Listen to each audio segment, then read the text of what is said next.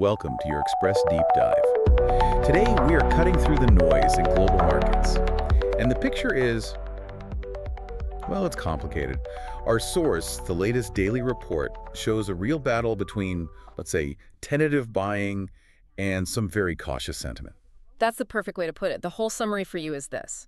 Short-term rates are falling, but the market is still deeply, deeply divided. Right. You've got this AI and crypto momentum on one side clashing with huge uncertainty over what the Fed does next. Exactly. So our mission today is to synthesize the why behind those numbers and to do it in under 5 minutes. Okay, let's unpack it. The core macro data.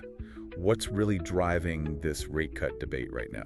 You have to start with U.S. Treasuries. It's the clearest signal we have. The yield curve. The yield curve. Yeah. So the 10-year yield is hovering around 4.09%. Right. But the real story is the 2-year yield. It's down in the 3.50 to 3.54% range, and that short end trending lower while that's flattening the curve. And a flattening curve signals the market is getting nervous about growth.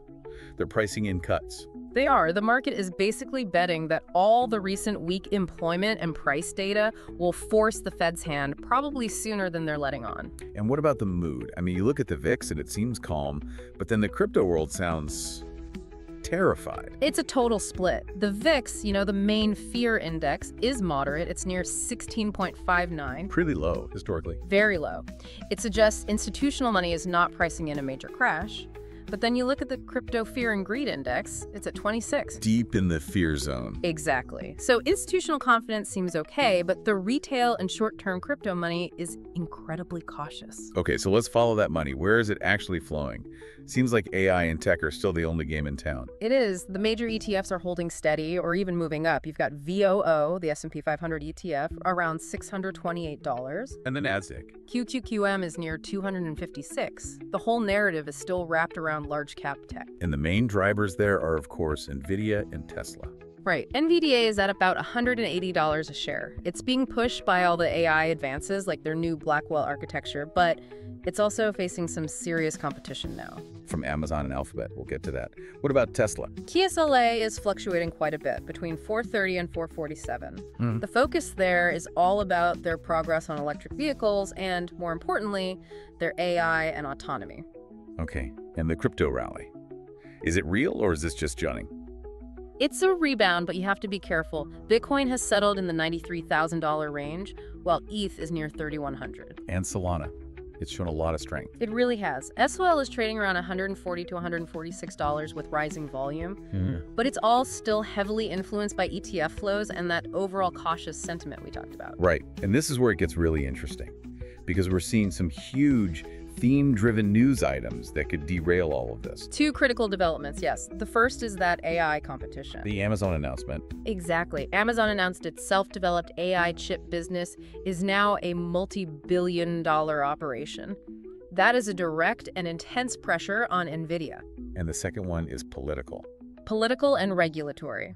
We got news that the former president met with NVIDIA's CEO specifically to discuss export control. And that creates just immediate volatility for the whole chip sector. It does. Now, for anyone looking at even higher growth, we have to mention pre-stocks. These are things like tokenized notes for Anthropic or XAI on Solana. And they carry extremely high speculative risk and liquidity risk. Getting your money out quickly can be a real problem. So given all that, what's the strategy? The report calls it event-driven swing trading. Basically, you're prioritizing liquid, mainstream crypto like Bitcoin or Ethereum and using very strict stop losses. So what should we be watching for next? The key triggers. It's all about the Fed and the job market. You need to watch the next Fed meeting statements and especially the dot plot. To see where they project future rates. Precisely. And then the next round of jobs data, non-farm payrolls, ADP, any surprise there could shift the entire narrative. You also mentioned the plumbing of the system, the liquidity numbers. Right. M2 money supply and the RRP, the reverse repo numbers.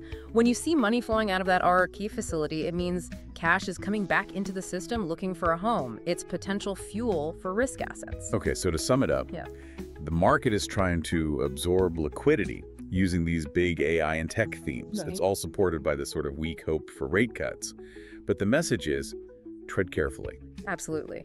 The whole environment is defined by that split we started with.